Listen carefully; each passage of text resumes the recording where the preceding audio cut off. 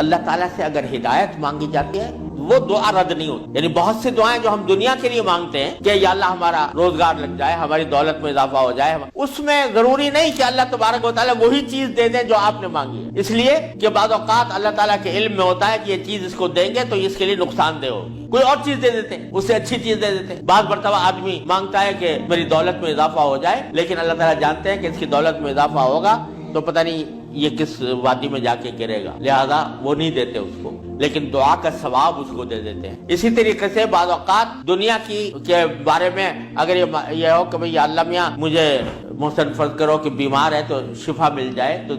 بیماری کے اندر بعض اوقات اللہ تعالیٰ جانتے ہیں کہ اس کا بیمار رہنا ہی اس کے حق میں زیادہ فائدہ مند ہے, تو وہ بعینی ہی وہ چیز نہیں دیتے لیکن اس سے اچھی چیز عطا فرما دیتے. یہ اللہ تبارک و تعالیٰ کی سنت ہے دنیاوی چیزوں کے بارے میں. لیکن اگر کوئی ہدایت مانگے سچے دل سے, یا اللہ مجھے ہدایت دے, یا اللہ مجھے سیدھے راستے پر چلنے کی توفیق دے دے, یا اللہ میری اولاد کو سیدھے راستے پر چلنے کی توفیق دے دے, تو یہ دعا رد نہیں ہوتی, اور یہ دعا ضرور قبول ہوتی ہے بشرطے کہ مانگنے والا ہو, سچے دل سے مانگے, خشوع کے ساتھ مانگے, اللہ تعالیٰ سے مانگنے کے انداز میں مانگے, تو اللہ تبارک و تعالیٰ وہ دعا رد نہیں فرما. بلکہ میرے شیخ حضرت عارفی رحمۃ اللہ علیہ فرمایا کرتے تھے کہ اپنے اللہ میاں سے جب کوئی مانگو تو مچل کر مانگا کرو, یعنی اپنے اللہ میاں سے باتیں کیا کرو, کہہ دیا کرو یا اللہ یا تو مجھے ہدایت دے دیجئے ورنہ آخرت میں مجھ سے مواخذہ نہ فرمائیے گا, یا تو مجھے ہدایت دے دیجئے, گناہوں سے بچا لیجئے, اپنی نافرمانیوں سے بچا لیجئے, یا پھر آخرت میں میری گرفت نہ فرمائیے. تو بندہ جب اس طرح مانگتا ہے تو اللہ تبارک و تعالیٰ ضرور عطا فرماتا, ہدایت ملتی ہے, اور ساتھ ساتھ یہ کہ وہاں پر آپ کے لیے ایک عذر ہو جاتا ہے کہ یا اللہ میں نے تو آپ سے مانگا تھا اور کہا تھا کہ مجھے ہدایت دے دیجئے. تو آدمی اپنی سی کوشش کرے اور باقی کام کے لیے دعا کرے. صرف دعا بھی کافی نہیں ہوتی, اپنی سی کوشش بھی ضروری ہے. جیسے میں نے وہ یہ مثال دی تھی تو میں نے ساتھ میں اس کو کتاب بھی دی تھی. ایسا نہیں کہ صرف دعا ہی پر اکتفا کرے, بلکہ تھوڑا سا طلب اس کے اندر پیدا ہو, کہ طلب بھی ہو, طلب ہو اور اس طلب کے لیے کوئی عملی اقدام اپنا سا کرے, اس کے بعد اللہ تعالیٰ سے مانگے تو اللہ تعالیٰ رد نہیں فرماتے. حضرت مولانا رومی رحمۃ اللہ علیہ فرماتے ہیں, مثنوی والے فرماتے ہیں کہ دیکھو حضرت یوسف علیہ السلام کا واقعہ دیکھو کہ ان کو جب زلیخا نے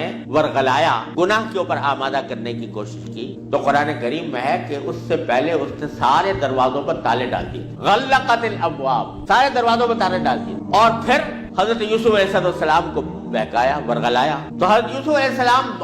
آنکھوں سے دیکھ رہے تھے کہ سامنے دروازوں پر تالے پڑے ہوئے ہیں, نکلنے کا راستہ نہیں ہے, لیکن انہوں نے سوچا کہ میرے بس میں اتنا ہے کہ دروازے تک چلا جاؤں, بھاگ گئے. تو بھاگ گئے, دروازے تک پہنچ گئے, اور وہاں جا کے مانگا اللہ تعالیٰ سے کہ یا اللہ یہاں تک پہنچنا تو میرا کام تھا, آگے دروازے سے باہر نکالنا اور اس گناہ سے مجھے بچانا آپ کا کام ہے. تو نتیجہ یہ ہوا کہ دروازے کے تالے ٹوٹ گئے اور داخل. تو مولانا رومی فرماتے ہیں کہ گرچہ رکھنا نیست عالم را پدید, خیرہ یوسف وار می باید دوید. اگرچہ تمہیں اس دنیا کے اندر تمہیں کوئی راستہ نظر نہیں آ رہا, گناہوں سے بچنے کا, اللہ تبارک و تعالیٰ کی نافرمانی سے بچنے کا ماحول ایسا ہے, اس سے نکلنے کا راستہ نظر نہیں آیا, لیکن خیرہ یوسف وار می باید دوید, جس طرح یوسف علیہ السلام دروازے اپنے حد تک جتنا کر سکتے تھے اس کے لیے دروازے تک دوڑ گئے, اس طرح تم بھی دوڑ جاؤ اور پھر اللہ تبارک و تعالیٰ سے مانگو, تو اللہ تبارک و تعالیٰ انشاءاللہ رد نہیں فرمائے.